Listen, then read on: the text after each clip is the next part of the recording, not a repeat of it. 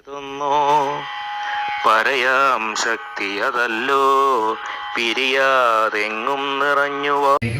അതിനുശേഷം നമ്മൾ ഈ പുസ്തക പ്രകാശനമാണ്. അതിന് അധികം സമയം നമ്മൾ എടുക്കുന്നില്ല.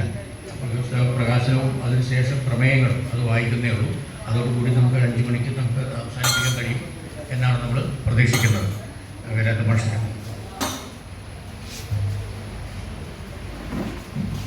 മാന്യ സുഹൃത്തുക്കളെ, ഞാൻ സ്വന്തമായി 2 പുസ്തകവും ബ്രഹ്മാനന്ദ സ്വാമി ശിവയോഗി അവരുടെ 2 പുസ്തകം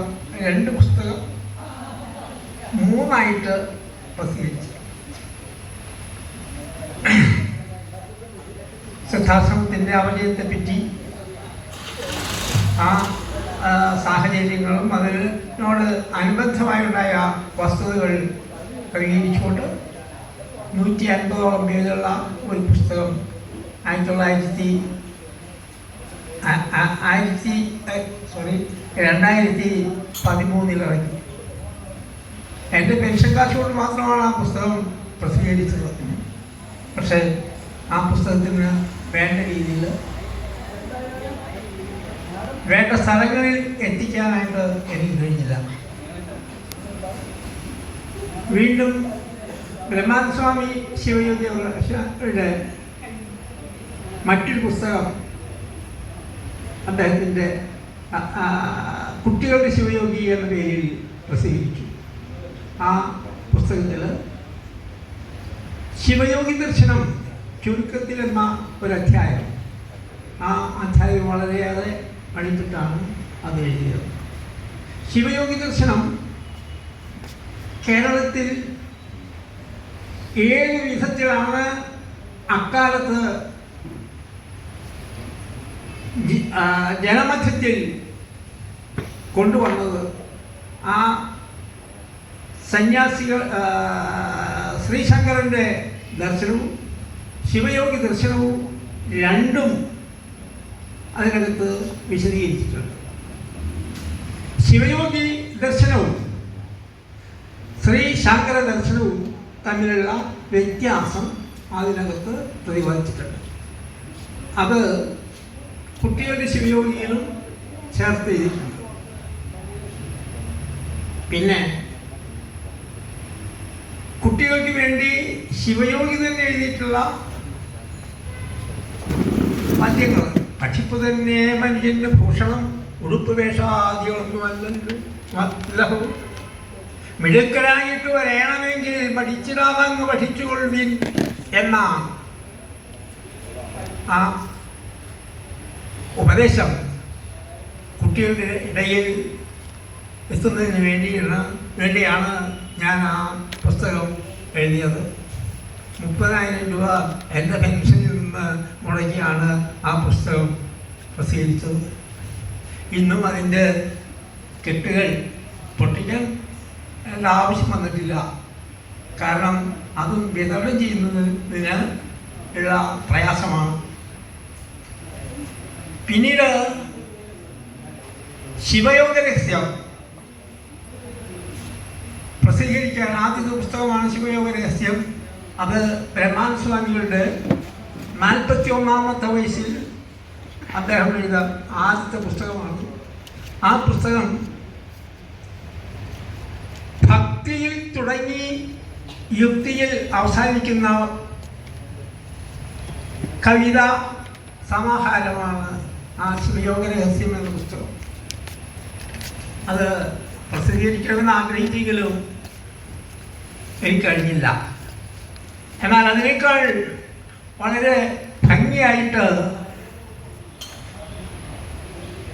ആനന്ദഗുരുഗീത, ആ പുസ്തകം എൻ്റെ വീട്ടുതാമസത്തിന് വരുന്ന അതിഥികൾക്ക് നൽകാനായിട്ട് വീടിന് ചെലവാക്കിയ കാശിൻ്റെ കൂടെ ആ പുസ്തകം കൂടി ഞാൻ പ്രസിദ്ധീകരിച്ചു. അതിൻ്റെ ഏതാനും കോപ്പികളെ ഇനി എൻ്റെ കയ്യിലുള്ളൂ. അത് ഞാൻ എല്ലാവർക്കും കൊടുത്തിട്ടുണ്ട്. അതിനെന്നെ സഹായിച്ചത് മിസ്റ്റർ രമണനാണ്. കാരണം വീട്ടുതാമസത്തിന് വരുന്നവർക്ക് എന്തെങ്കിലും അങ്ങനെ കൊടുക്കണമല്ലോ. സാധാരണ എല്ലാവരും ഇങ്ങോട്ട് കിട്ടുമെന്ന് നോക്കാം, ഞാൻ അങ്ങോട്ട് കൊടുക്കുന്ന ഒരു സ്വഭാവക്കാരനായി പോയി. അങ്ങനെ ആ പുസ്തകം വീടിൻ്റെ ചെലവിൽ കൂടെ എഴുതി ചെലവാക്കി.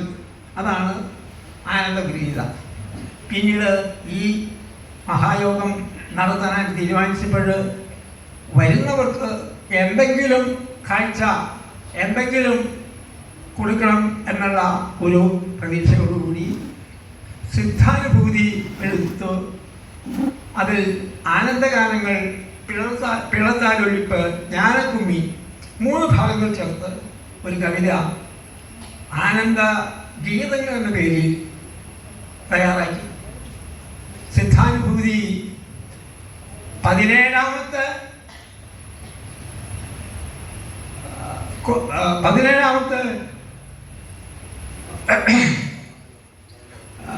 അച്ചടിയാണ് എൻ്റെ കൈവശം ഉണ്ടായിരുന്നത്. അതെടുത്ത് വായിച്ചു നോക്കിയപ്പോൾ അതിൽ ഒരുപാട് തെറ്റുകളുണ്ട്. ആ തെറ്റുകൾ തിരുത്തിക്കൊണ്ട് ഞാൻ DTP എടുത്തു. DTP എടുത്തു കഴിഞ്ഞപ്പോൾ അതിനേക്കാൾ കൂടുതൽ തെറ്റുകൾ അതിനകത്ത് കൊണ്ടു. ഉടനെ ഞാൻ എൻ്റെ പഴശ്ശി സാറിനെ കണ്ടു. ഇങ്ങനെ ഒരു പുസ്തകം എനിക്ക് പ്രസിദ്ധീകരിച്ച കൊള്ളാമെന്നുണ്ട്, അതിനകത്ത് ഒരുപാട് തെറ്റുണ്ട്, ഒന്ന് തിരുത്തണം എന്ന് പറഞ്ഞു.